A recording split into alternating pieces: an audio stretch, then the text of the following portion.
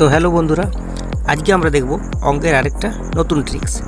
দেখো, এই কোশ্চেনটা 2323 ইজ ডিভিজিবল বাই এই option A B C D, চারটা অপশান দেওয়া আছে।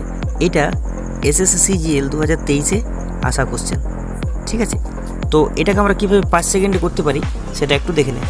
তাহলে এই কোশ্চেনটা দেখার আগে একটু এর নিয়মগুলো দেখে নাও।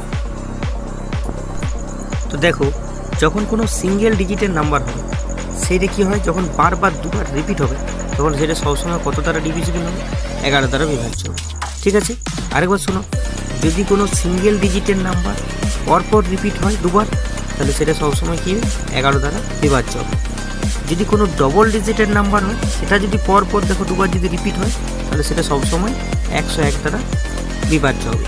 যদি কোনো ট্রিপল ডিজিটের নাম্বার হয়, সেটা যদি পরপর যদি দুবার রিপিট হয়, তাহলে সেটা কত দিয়ে ভাগ হবে?